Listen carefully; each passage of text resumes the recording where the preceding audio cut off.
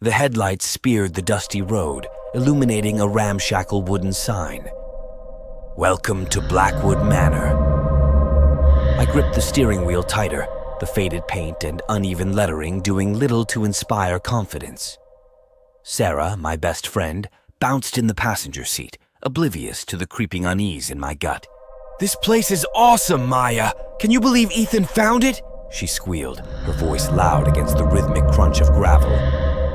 Ethan, our resident daredevil, had stumbled upon the abandoned manor online. Rumors swirled around it like autumn leaves. Disappearances, screams in the night, a malevolent entity called the Blackwood Bride. We scoffed, of course. It was just a story, an excuse for a good scare, perfect for a pre-graduation blowout. The manor loomed ahead, a skeletal silhouette against the star-dusted night sky.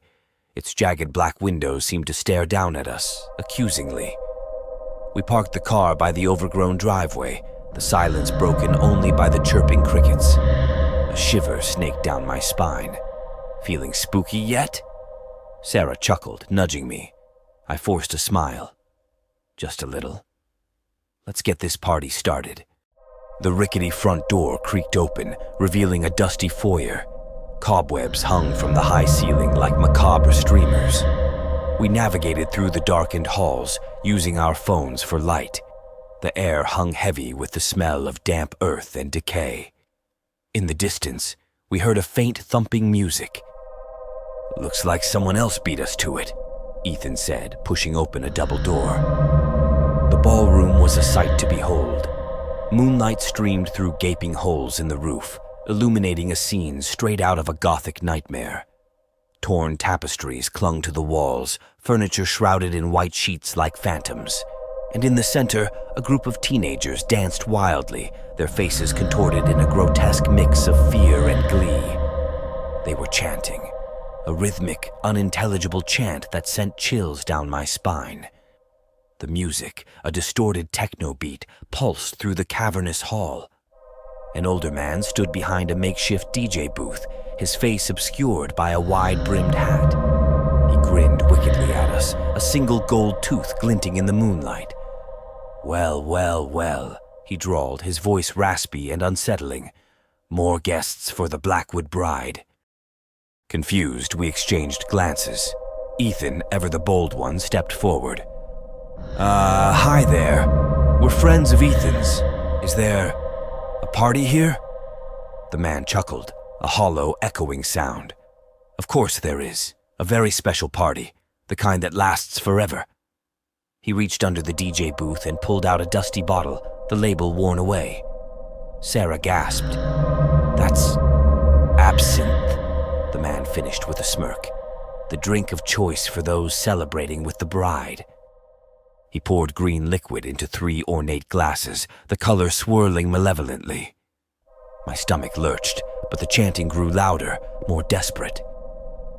Before I could object, Ethan grabbed a glass and downed it in one go.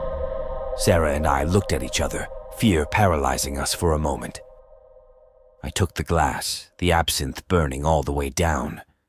The strange chanting seemed to intensify, warping the air around us. The faces of the teenagers contorted further, their eyes hollow and vacant. My head spun, the room tilting crazily.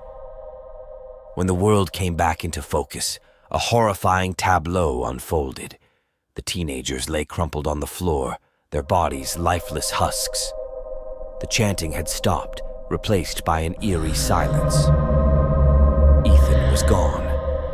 The old man with the gold tooth chuckled maniacally, his eyes gleaming with a dark hunger. "The bride welcomes her new offerings," he whispered, gesturing to the empty space beside him. "Join us, Maya. Join the dance that never ends." Panic surged through me. I bolted for the exit, Sarah hot on my heels. The once creaky door swung shut with a sickening thud. We were trapped. The pounding music resumed, a maddening rhythm that filled my head. We stumbled through the halls, desperate to escape. Cobwebs snagged at our clothes, the damp air thick with the stench of rotting wood. The shadows seemed to writhe and twist, playing tricks on our already terrified minds. We heard a blood-curdling scream in the distance, a sound that ripped through the silence like a banshee's wail. Sarah tripped, twisting her ankle. Tears streamed down her face as I helped her up. We had to get out of there before whatever took them took us too.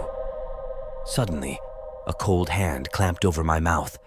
I screamed, but the hand muffled it. "Shh," a voice hissed in my